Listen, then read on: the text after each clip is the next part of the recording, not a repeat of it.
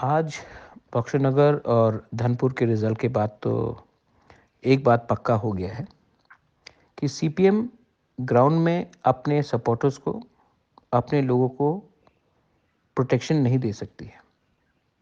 दूसरा बात क्लियर हो गया है कि जो हमारे ऊपर उंगली उठाया जाता था कि तिपरा मोथा ने वोट को डिवाइड करके बीजेपी को जिताया है, इस बार तो हमने कैंडिडेट नहीं दिया था, तब भी रिजल्ट क्या हुआ।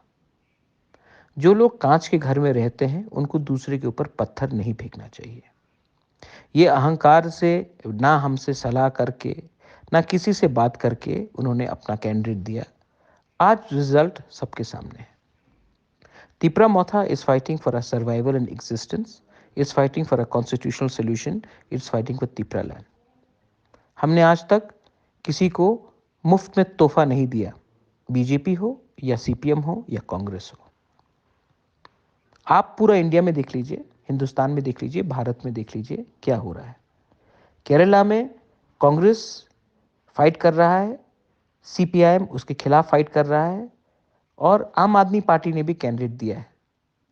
बीजेपी तो फाइट कर रहा है लेकिन कांग्रेस के खिलाफ सीपीआईएम और आम आदमी पार्टी फाइट कर रहा है। पश्चिम बंगाल में तृणमूल फाइट कर रहा है, बीजेपी फाइट कर रहा है और सीपीआईएम ने भी कैंडिडेट दे दिया।